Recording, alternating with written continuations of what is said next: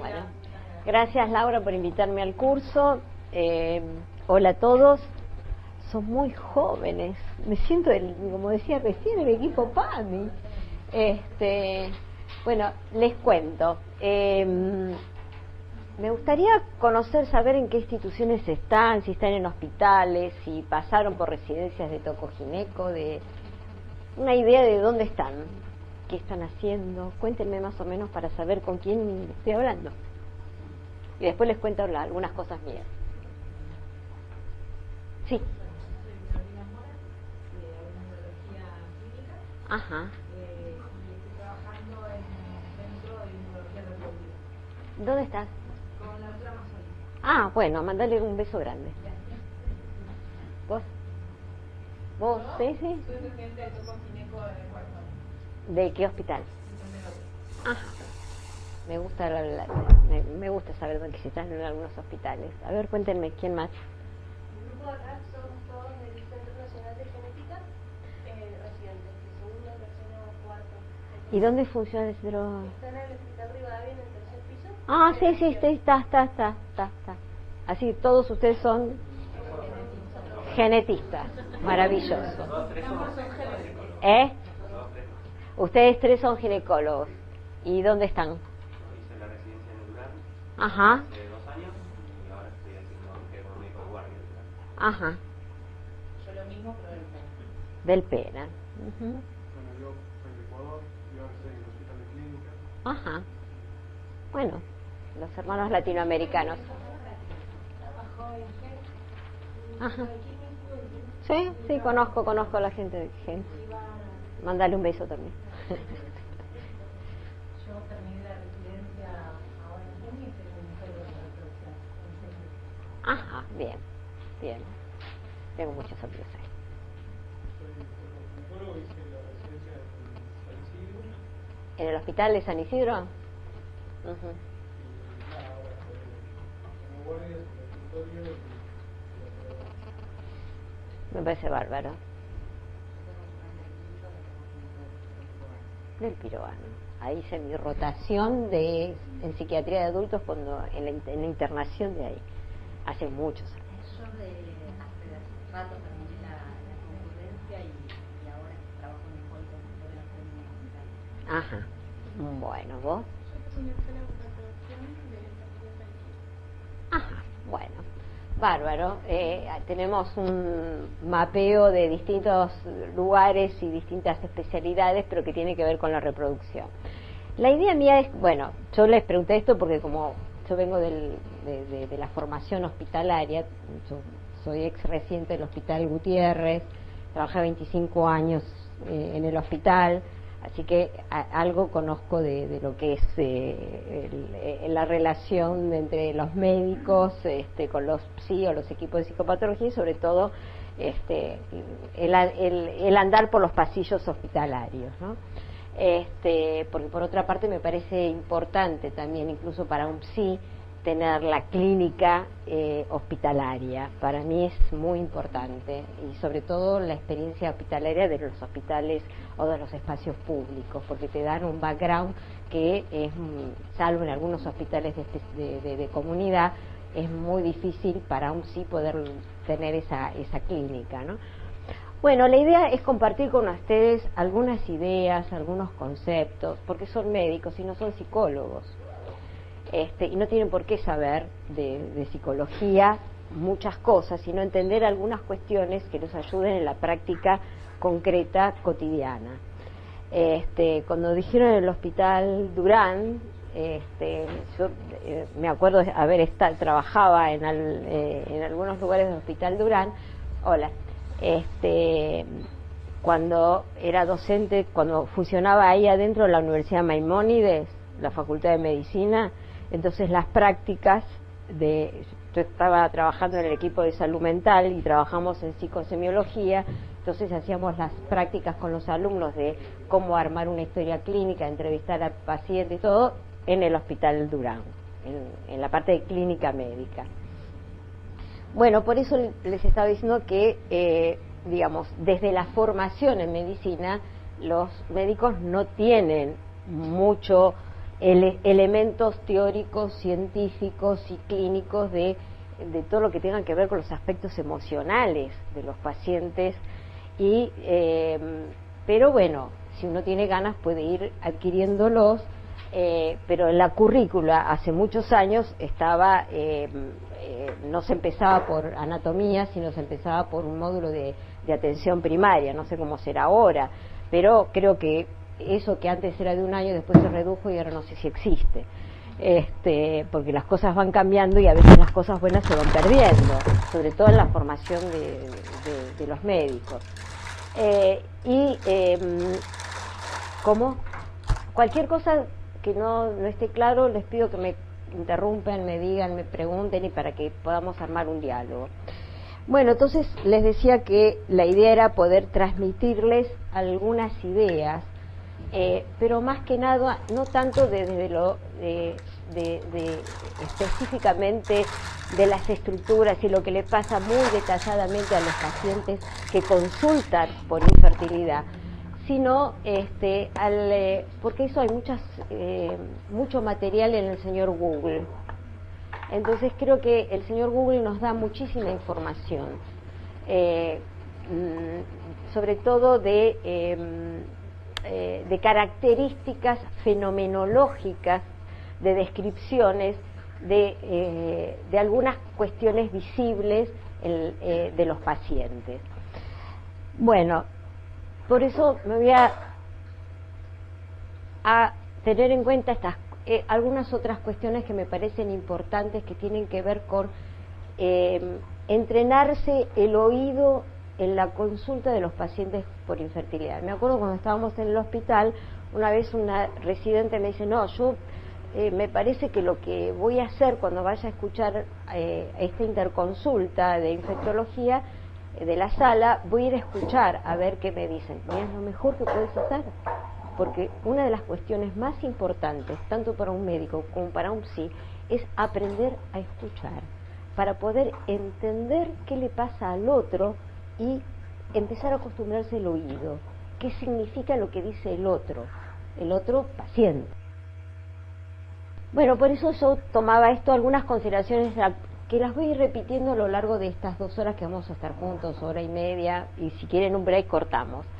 Se configura una relación particular con los pacientes desde el inicio del diagnóstico y a lo largo de los tratamientos.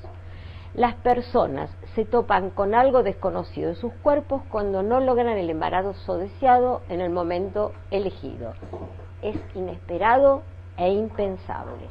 Estamos hablando de parejas heterosexuales, porque después tenemos particularidades que después las mencionaremos, pero estamos hablando de generalidades en la consulta más frecuente, que tiene que ver con las parejas heterosexuales, que en un momento determinado, como toda pareja, no sé si alguno tiene hijos acá, ninguno, 1, 2, 3, 4, sí, bueno, hay unos cuantos.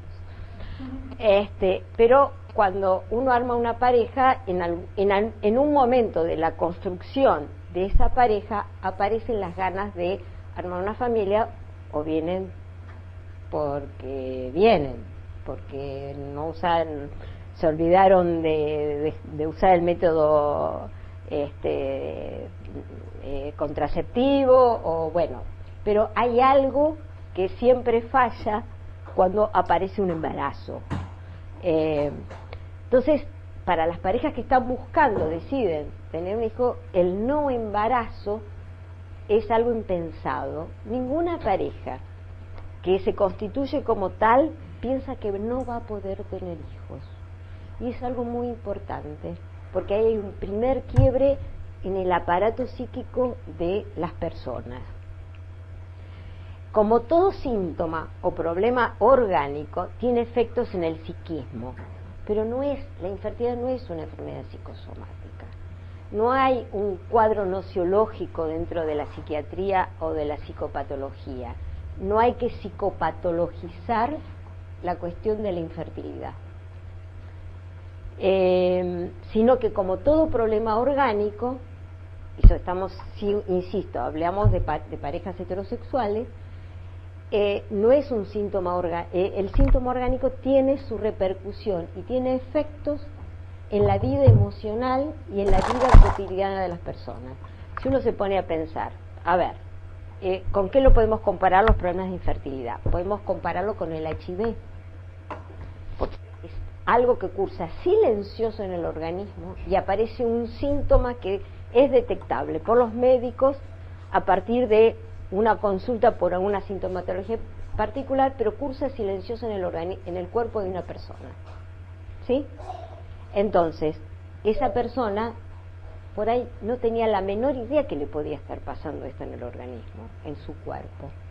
Entonces, el diagnóstico del HIV, así como la infertilidad, provoca un impacto muy fuerte en el psiquismo humano. Cuando los pacientes llegan a la primera consulta y dicen queremos tener un hijo, expresan un deseo, pero no siempre quiere decir quiero tener un hijo, porque muchas veces no se imaginan o la representación de hijo no coincide con la realidad del hecho de tener un hijo, construir una familia, armar un proyecto de familia con hijos, despertarse a la noche para darle la teta, bancarse el embarazo y el cambio del cuerpo, la mujer, tener que llevarlo al pediatra. Muchas veces hay muchas fantasías con respecto a lo que se piensa que es tener un hijo y crear un hijo. Y es distinto ser padre o madre que tener un hijo. No todas las personas pueden discriminar esta cuestión y es importante unir las dos cosas. El deseo y las ganas de tener un hijo y de ser padres. Ser padre y ser madre es un proceso que tiene que ver con la historia individual de cada sujeto, de cada persona, de cada paciente, de cada hombre, cada mujer. Tengamos en cuenta que la ansiedad y angustia por el no embarazo conduce a la consulta de un médico especialista, en el mejor de los casos y con suerte, porque a veces demoran la consulta a un especialista y esto tiene que ver con ciertos riesgos en relación a las posibilidades de un embarazo, porque cuando no hacen la consulta con un especialista, muchas veces esta demora tiene efectos nocivos con respecto a la posibilidad de un tratamiento. Los pacientes que no quedan embarazados no consultan a un psicólogo, raras veces consultan a un psicólogo, y eso es importante tenerlo en cuenta, y que la respuesta y reacción frente al diagnóstico y frente a la situación va a depender de cada persona en particular. Depende del estilo de personalidad, si es varón o mujer, depende de la pareja, si es el primero o no es el primer hijo, de la edad, de los resultados, del diagnóstico y de las posibilidades de tratamiento. Los pacientes podrán asimilar mejor o peor la información que reciban según los recursos psíquicos, y ahí aparece sí la importancia de un aspecto que hace a la función médica, que después vamos a detallar más, que tiene que ver con la información y con chequear la información que es entendida por los pacientes. Aquí es importante también el lugar que el deseo de un hijo ocupa en la pareja, porque muchas veces, bueno, en la actualidad hablamos de diversidad familiar. Podemos hablar, en este caso hablamos generalidades de la pareja heterosexual. Después vamos a ver que hay parejas en comaternidad, copaternidad, mujeres sin pareja, y después les voy a aclarar por qué hablo de comaternidad, copaternidad y no hablo de lesbianismo o gay o mujeres solas. Y en la diversidad familiar hay familias ensambladas, después lo que habitualmente uno puede conocer de los tuyos, los míos y los nuestros, donde hay parejas donde hay diferencias etarias. En general la vemos un señor más grande con una señorita más joven.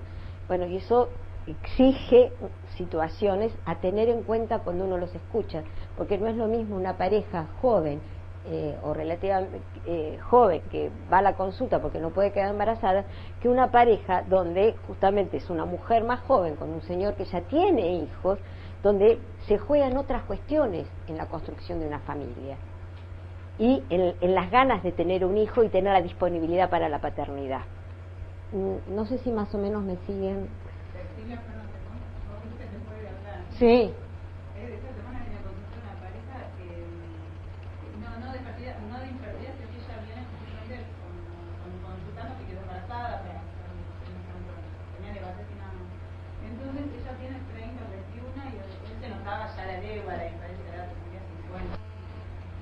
señor mayor. Con una sonrisa y está así. Yo le decía, digo, pues yo no los conocía, digo, bueno, no sé, yo no sabía por qué venía. Bueno, creo que estoy embarazada, y que te hacen dispositivos y yo, ¿pero estás embarazada? Digo, que ustedes están buscando y al mismo tiempo ella dice, sí, y él dice, no, al mismo tiempo. Bueno. Y dice, digo, bueno, estás embarazada.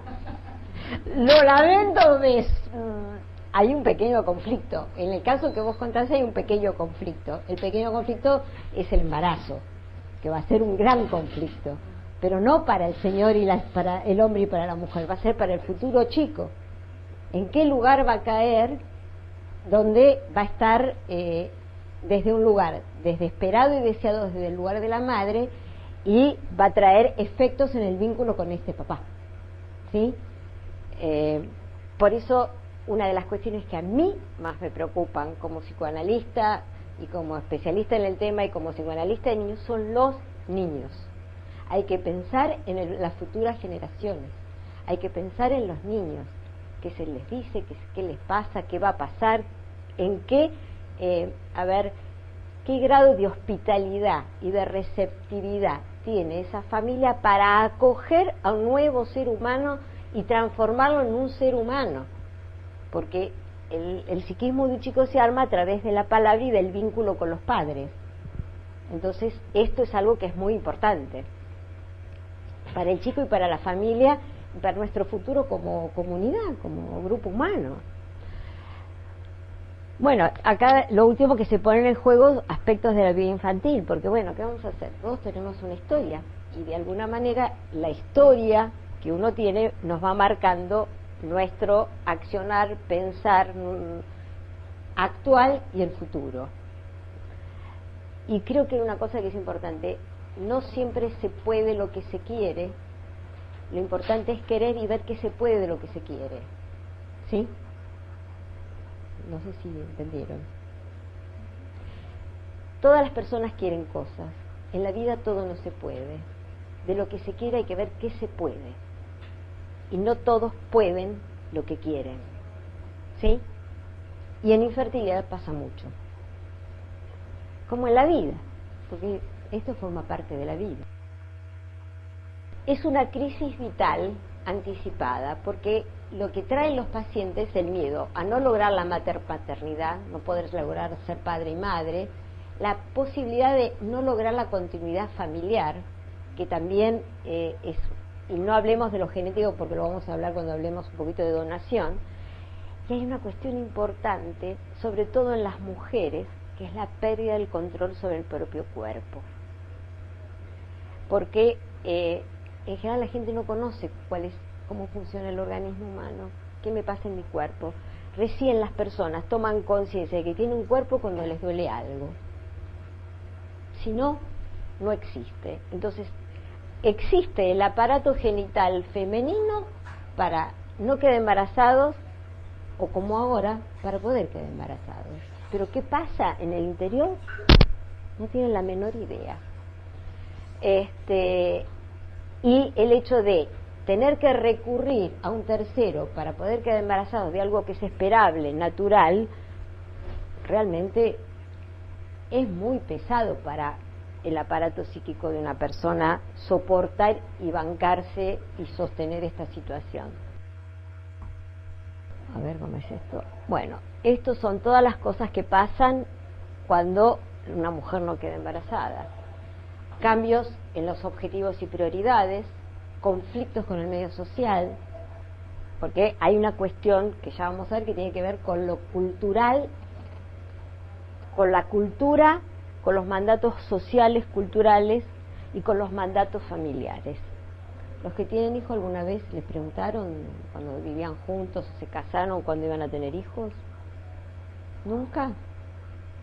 A los que tienen hijos. Si alguna vez las familias de ustedes, una vez que vivían juntos, después de un tiempo no les preguntan. Bueno, eso tiene peso en los pacientes que vienen a la consulta. Tiene mucho peso, que son los mandatos familiares.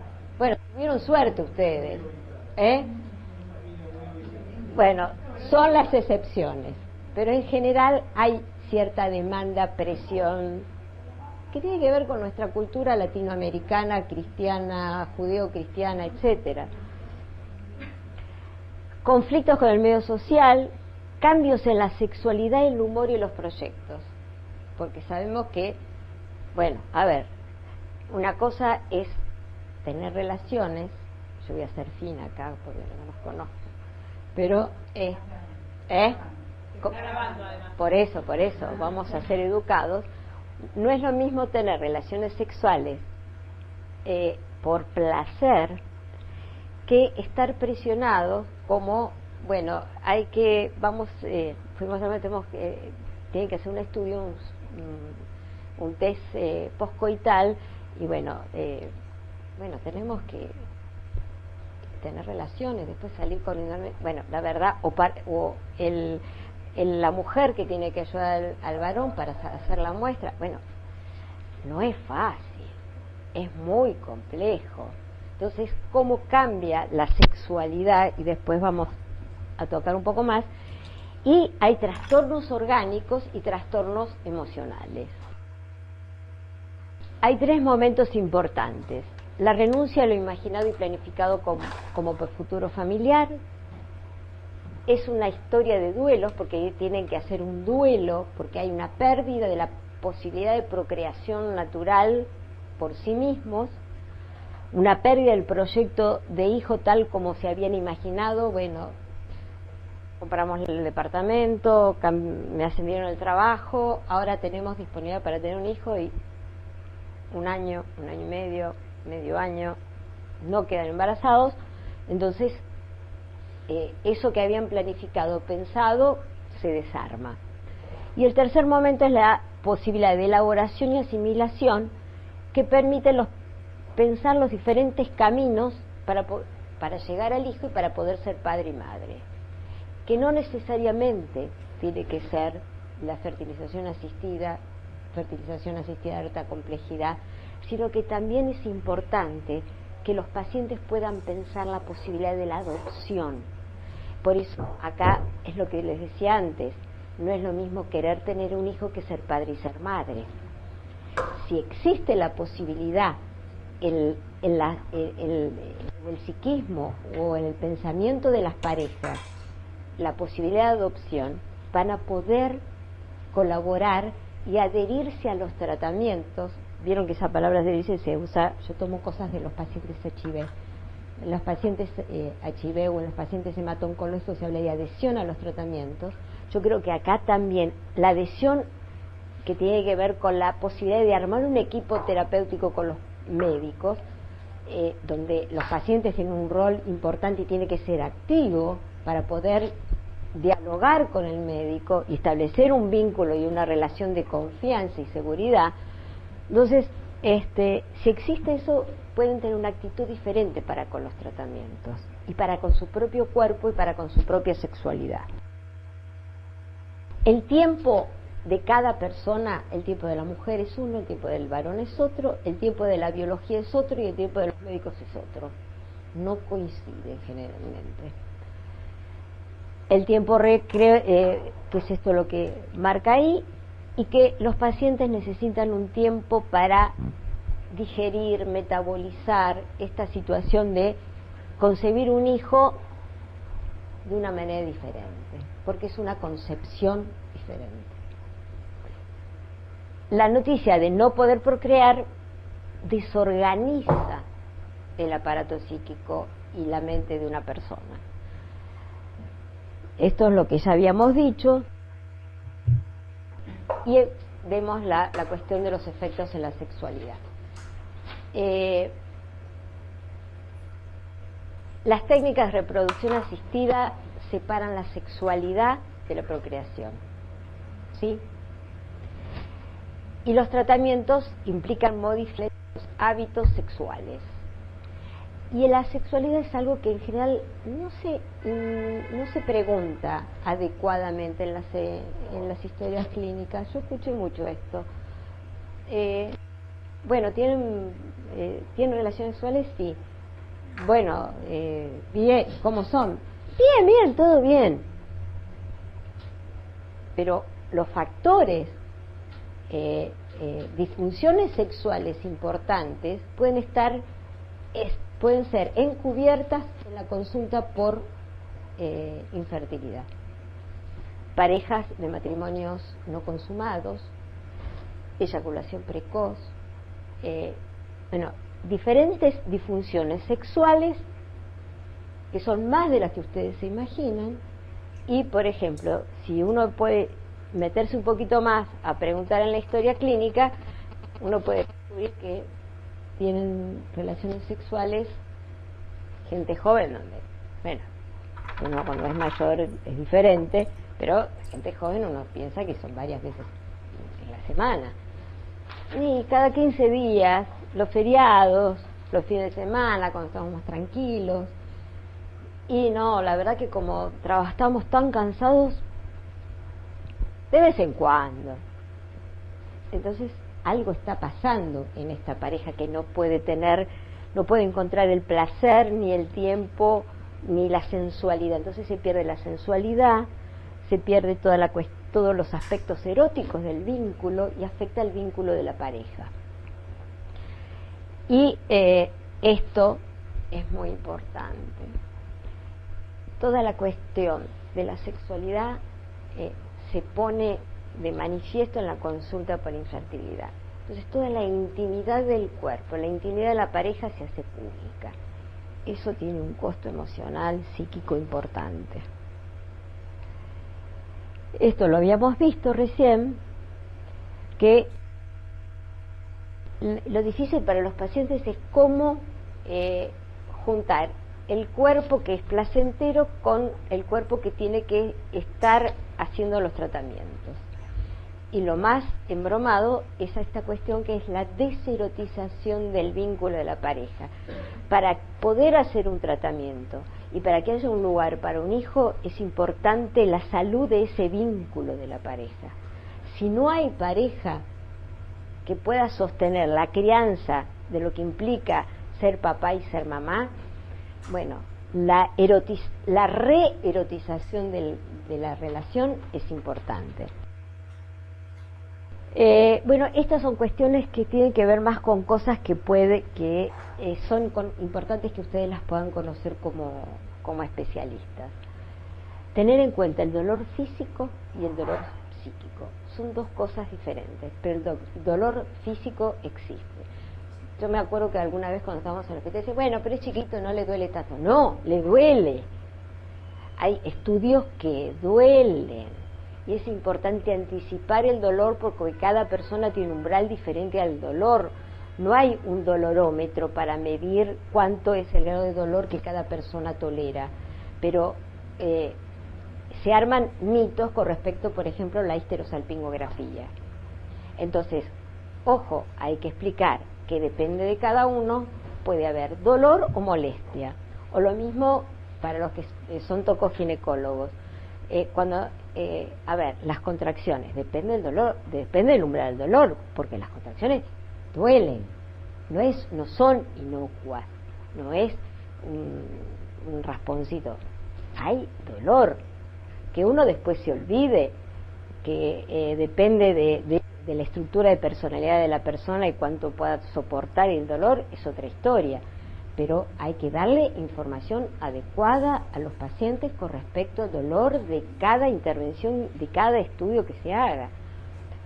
Si hay una anestesia, si hay qué tipo de anestesia hay, cuáles son los efectos de esa anestesia, de esa sedación. Bueno, todas estas cuestiones que no aparecen en Google, me parece importante poder transmitírsela por la clínica después de tantos años de escuchar a los pacientes. Y el dolor psíquico es doloroso, y ustedes que tienen experiencia como médicos, perder la salud. De alguna manera, lo que pierden los pacientes que consultan es la posibilidad de la salud en reproducción, la salud reproductiva. La pérdida de la capacidad reproductiva por sí misma, y más si hablamos de donación de gametas. La espera la espera de los tratamientos, de los resultados de los estudios, de la espera de la posibilidad de un embarazo, también genera dolor psíquico. Verse obligado a pedir ayuda médica. Esto que hablamos de las renuncias y las no responder a las expectativas, todas estas cuestiones generan dolor psíquico.